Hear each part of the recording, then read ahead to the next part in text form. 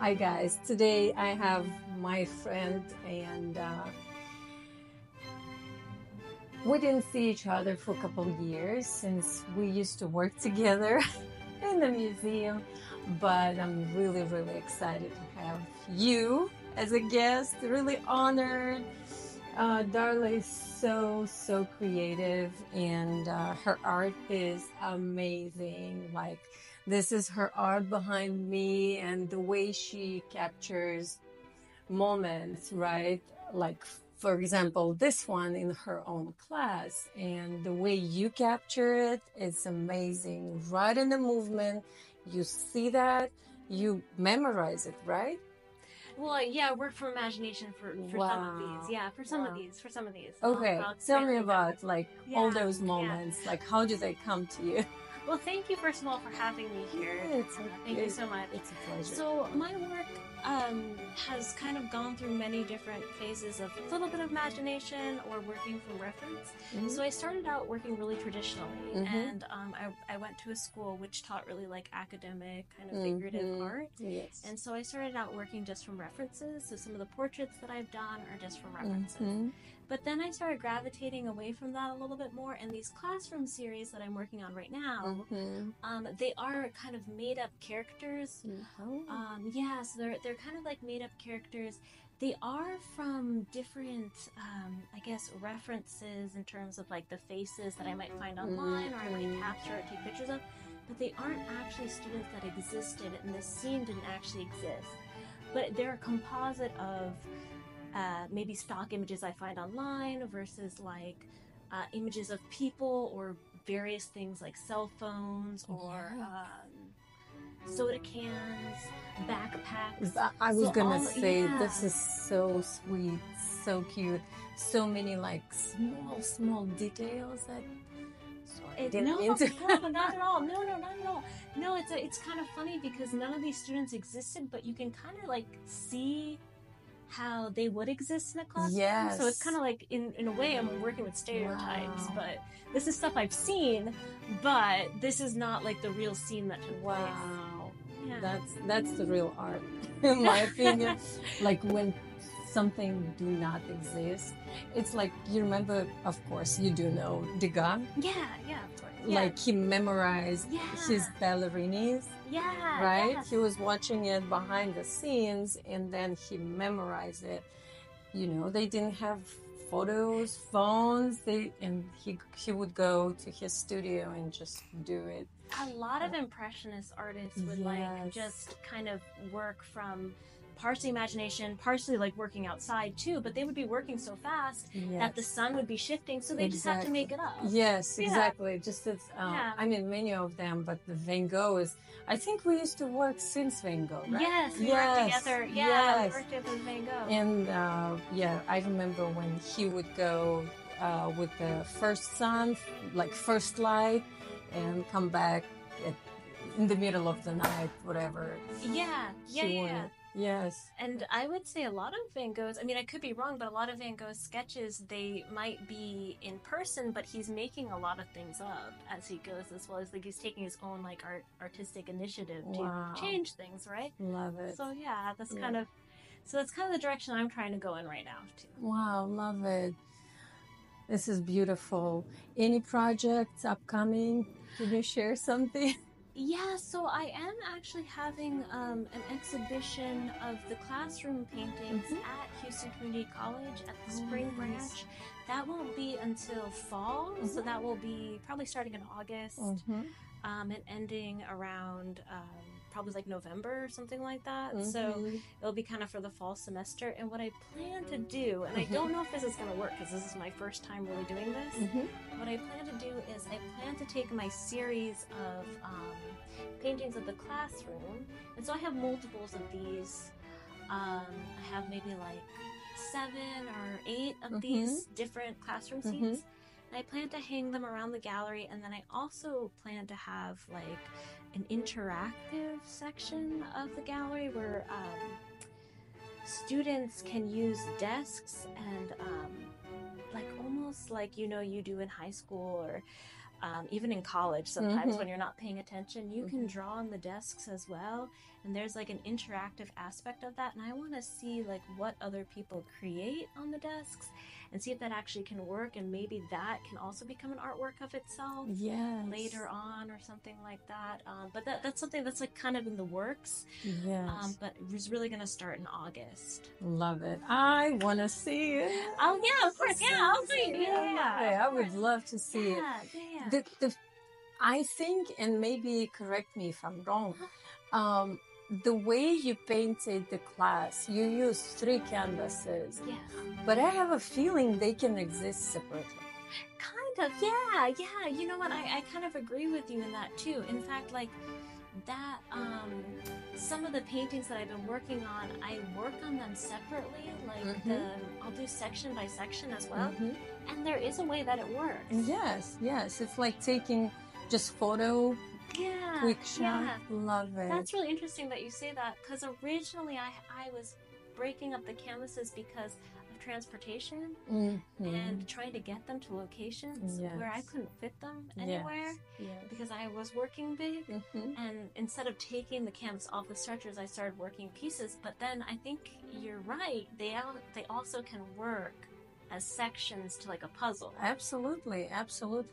And you maybe even add some more on the wall, you know, like I've done that before. You did? Yeah, well, I've added more to certain areas, and then I've taken it away because I felt like, it doesn't need it. But I definitely... It did work, huh? Yeah, it works. You can piece it. Yeah. I love it. Yeah. Well, the thing that I was going to share is Darla, when we used to work together in the museum, she came up with a great idea, right? To make this artists who work at the Museum of Fine Arts, a book or journal, catalog, and she put all work of people that we used to work together. And you're in this one too, right? I am. Yes. I'm like bragging. Yeah, you're in this one too. Yes, and it would be Madeline. You remember Madeline? Yes. It's beautiful, Diana. It was a really fun project. Diana, and the Museum of Fine Arts used to sell those, right, in the gift shops. They did. And I got a couple of them. I'm like, I didn't even give like my mom. I think I gave one to my mom, and that's it. I have only like 2 of them or 3 left, but I'm like, I am not sharing it. Oh, Bojana. You did paint her. Yes. She was on the painting. Yes. Bojana. I painted Bojana many times, actually. Really? Oh, Marie Ferrara. Yeah. Marie, if you're watching me, I know you're on my Facebook. Love it. Love it. Thank you so much. It was so much fun. Yeah. I enjoyed it. Yeah. So, when did you decide you're an artist? Oh, well, that's a good question. You know, I kind of was an artist as a child, as many of us are. Okay. And it doesn't just mean like a visual artist. I think a lot of us start out like singing or dancing. Yes. Sometimes children love music, right? And drawing, and it all kind of comes together. Like even before you have like the written language, there's something about just drawing or music or using your body and dancing, which just comes naturally to children. So I think that happened for me with drawing. And unfortunately, I would draw on my mom's walls and stuff like that when I was young. And of course, that was, hard for her. But that's a process. Yeah. And, as I got older, I took a break from that. But I think around middle school, I challenged myself to draw something that people thought was hard, and I felt that it came out pretty good. And people started, I guess, confirming that it looked like I could copy something. Yes. So I thought, okay, I'm kind of good at copying things. So I wanted to keep doing that. And it's funny because the artist Andy Warhol actually said something that like resonated with me. He said that he would draw pictures of people who were bullies or had strong personalities, and they would not bully him, or they wouldn't. Wow. Yeah. He would face his fears, kind of thing. Yeah, right? yeah. So in a way, it's also with like protect yourself. Sometimes, as the artist, you kind of can get away with maybe making a picture for somebody, and they'll be like, I'm gonna leave them alone. So I used it then too. So, I mean, throughout my life, I just gravitate towards art, and now it's just a way of life. I can't really let go of it at this point. Same. It's just it just becomes like part of your life. Yes. I think it must have always been, but it started when I was young. It developed in middle school and then in high school, and then I decided that I would go study it. Beautiful. Yeah. What did you say? Where did you go? So for my undergraduate, I went to Manhattanville College, and I was in the studio arts program. It's a like liberal arts college, and then I decided to get a little bit more serious about what direction I wanted to go in, and I was really interested in painting people. So I went to a school called New York Academy of Art, which is primarily a figurative school that teaches you like really traditional methods on how to paint people from life or from photographs. Beautiful. I saw on, I think, Facebook or Instagram that you had some showings in New York. Am I right? Yeah, I did. Yeah. Tell me about that. Was it fun? So I'm sure it was fun. Yeah. So I showed at SUNY Fredonia. So that's a school in New York. So that's also I believe like a liberal arts school, but I showed in one of their galleries, and I also did an artist talk for a program called New York State Summer School of the Arts, where they teach drawing and painting and design and sculpture and all these different art forms to young teenagers who are specializing in the arts and want to go to study art in college. So it's kind of like a pre-college program. And then I showed in a smaller venue in New York that was in kind of like upstate New York. I can't remember exactly what it's called. You can cut this. It's okay. No, I'm not, because I'm so horrible with names and maps. It's like, but then something that was kind of surprising recently and exciting for me was that I did get into the current issue of New American Painting, which was the West issue, 174 number, and that was kind of exciting. So that's beautiful. Okay. Well, I live in Houston for 10 years, so I'm wondering what's in New York. Like, what do you what differences in like Houston and New York? Maybe marketing, like for an artist. What did you notice different? That's interesting. So because I grew up in New York State and because I do have some experience with like going to school in New York City, I would say that there are probably more like opportunities in New York City, but the competition is really heavy. And I would say that Houston is actually becoming a very or maybe it always has been, but it's like a really bustling city for the arts. I mean, I think there's so many artists that are here, and I didn't realize that before I moved here. There's a lot of artist communities. It might be smaller than, let's say, New York City. Like, for example, the artist communities, I think they're kind of tight-knit here in Houston, and a lot of people know each other. Or at least maybe have met somebody in the artist community here in Houston and maybe not realized it. But it's pretty tight-knit.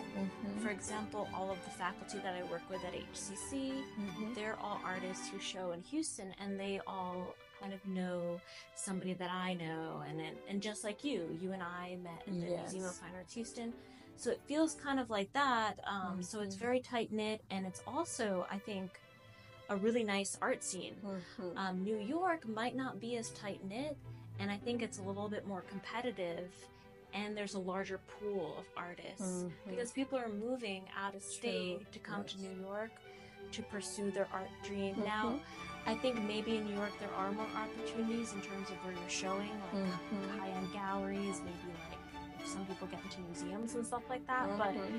But I really like Houston. I think Houston's a really good place for art making. Yes. Yeah. And raising your baby. And raising a baby. Yes, and raising a baby. Congrats. Who may or may not be into art. We'll see. No, I think we all are kind of in art. Yeah, I agree. Into art. Yeah. See, when I didn't even know I can paint since 2017, and it was an accident. Yeah. Literally, my friend told me, "Hey, what are you doing? Come in for a cup of tea. Let's paint." And it was like super simple, something, just see some piece of the beach or something like that. I'm like, okay. And it was like instant me and something, I don't know, above me. Do you have that? That's amazing, actually. That's a really amazing story because I see that with some students. Sometimes they come into class, and especially if they're taking a credit class, like art appreciation, and I ask them to draw or paint something, and they didn't know they could do it. Yes. And then they have this moment where they're like, wow, I did that.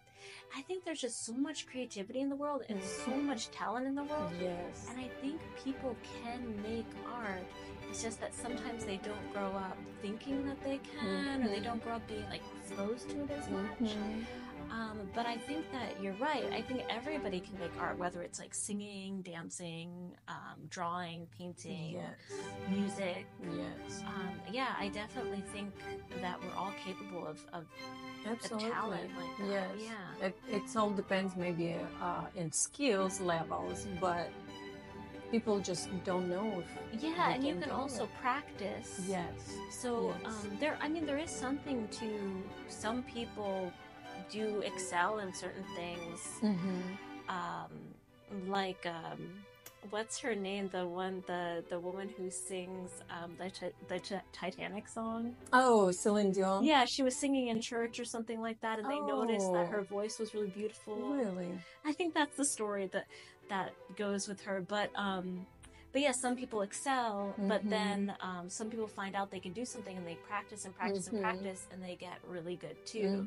So there's all different types. For me, I had to practice. It was like I had to keep practicing over and over again to improve my skill, and I still do. I still have to. Oh yeah.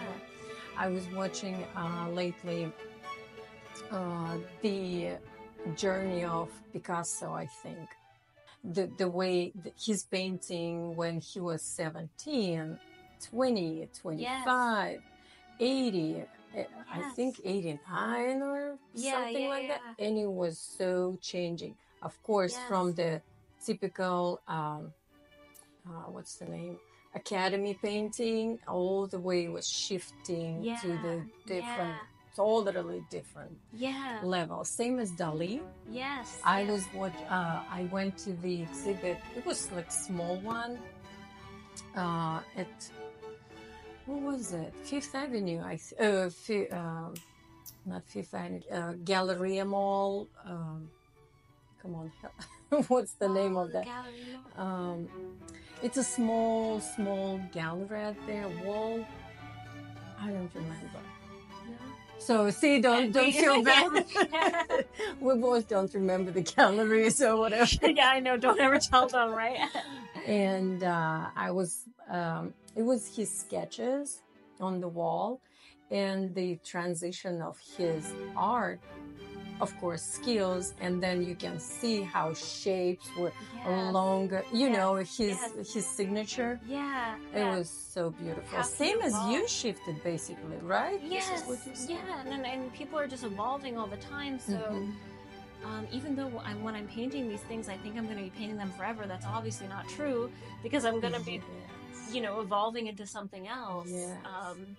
It's funny how that works too. I love it. Yeah. So since we spoke about people not knowing that they are artists, actually, what do you think? Why is that happening? Well, like where maybe roots are? What? Well,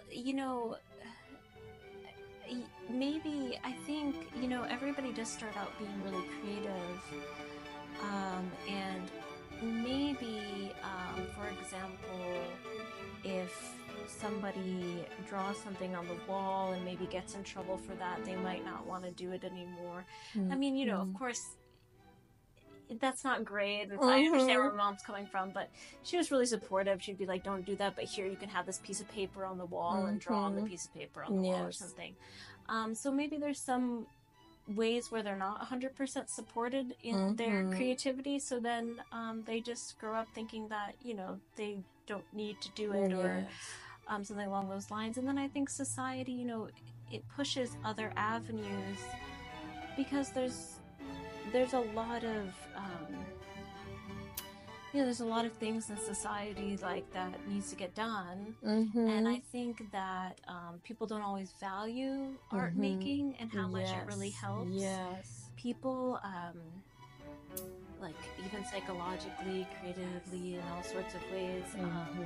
And so, I mean, maybe society is not 100% ready to support the artists, but art has been proven to be extremely important throughout history. It's something that we even did in caves way before we started creating laws, domesticating animals, and all that stuff. So it's something that's very primitive, as well as making music. But yeah, no, that's a good question. I'm not entirely certain why some people go into art and some people don't.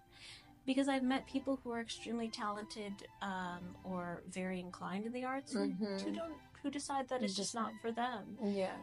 But they can always have it maybe as something to back up on or enjoy in their spare time. And that's always a beautiful thing. Like, you know, to have. And we don't have to, but you know what I feel in that manner?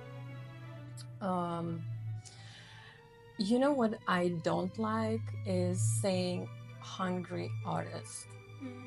Because I feel, and we know, you know, artists unfortunately have to, I mean, society, right? It's all materialistic things, and we need to pay for the studio and rent, and no one is going to give us for free, right? Exactly, And artists, I know that what we can do is work in the museums, art teaching, maybe like art supplies, and kind of to stay in the same business.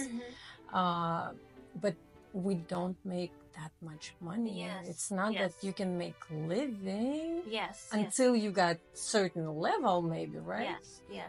So like that's kind of heartbreaking to me.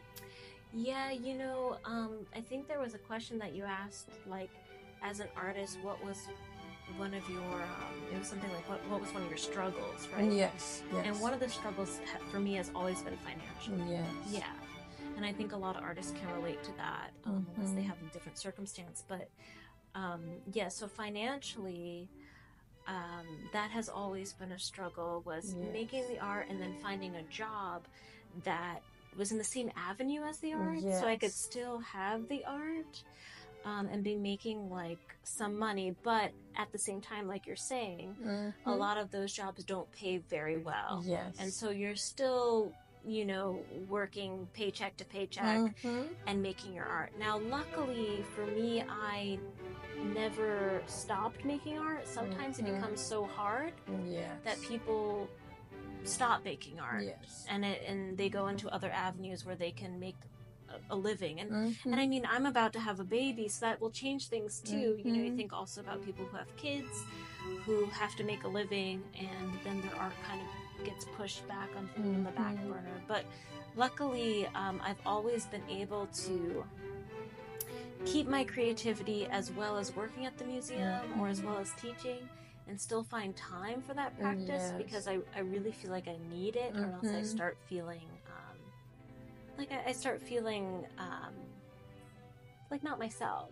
Oh Yes. But yeah, that is definitely a struggle, and I wonder in what ways that could be like become easier, could be addressed. Yeah, that's definitely a struggle for many artists. It's not for many artists. You know, I wish, and maybe they have those kind of things, You know how in the past, wealthy people Yeah. would take care of artists, right? Yeah. Financially, in Yeah. order to just let the artist just work Yeah. on your art, just Yeah. create,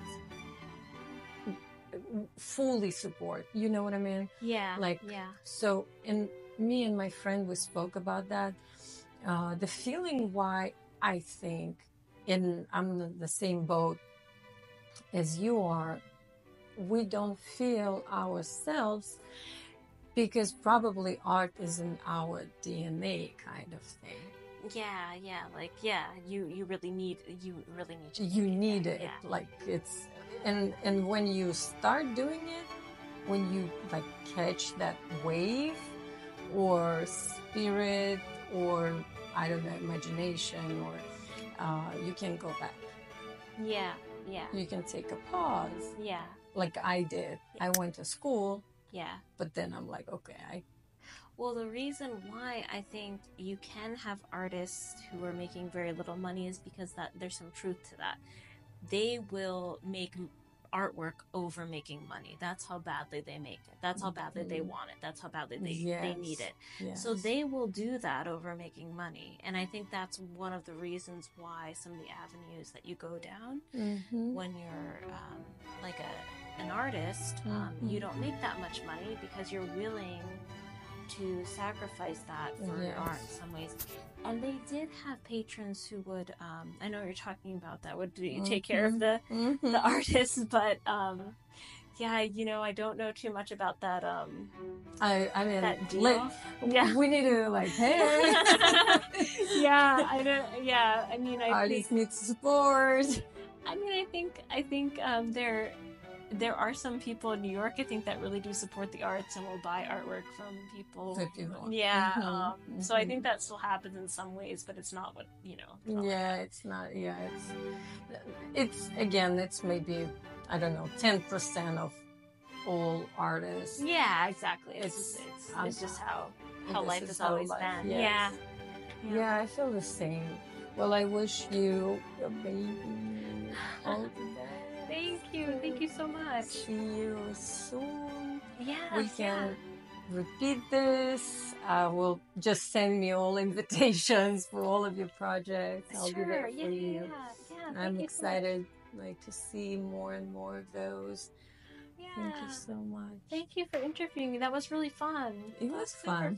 Yeah, I love speaking with people like that. Yeah, it was so fun. Yeah, it was so easy too. Yeah, we were like just chatting. Yeah, it wasn't like it. No. Yeah. The thing is, when I say, "Oh, can I interview you?" It's like, it gets a little nervous, right? Like, yeah. Yes. You're like, I'm like. And I'm trying to like say, hey, can we get a small art talk? Yes, Small talk. No, but you're good at it because you just treat it like friends talking. We are, like, exactly. That's the thing. That's really good because otherwise that makes people nervous if you don't. Yes. Then it's more formal and it's like, yes. I know. I mean, I think. Yeah. So, I mean, at least also you can always cut things out too. The thing is, what I was also thinking is, since I'm an artist, I feel and I think the way artists think, and I feel what I feel, and we kind of exchange that energy and feeling. Yeah. I see it. This is beautiful. All that feelings, emotion. Yeah. And you know, when I look at other people's art, the reason why I made the book is because I feel like it's beautiful. I look at everybody's art and I just feel like it's beautiful. And I feel that way about my students too. Like I'm always like, you're making beautiful art. And you had your students. Matthew, you remember Matthew?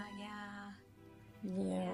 Malia. Beautiful. She's still at the museum, this girl. Really? And then he's still at the museum too, I think. Andrew? Yeah. Wow. Yeah. I do remember Eduardo. Yeah. Victoria. Faith. Hey, Faith. I know you're probably watching this. I think Alexis. Alexis, we got you. She's my teacher from Glasgow. I went to her the very first exhibit, and I'm like, oh, I'm so happy. Yeah, she's done really well. She is. Yes. Yeah. Thank you so much. Yeah. You're welcome. Thank you so much. So Thank you. So good. Thanks.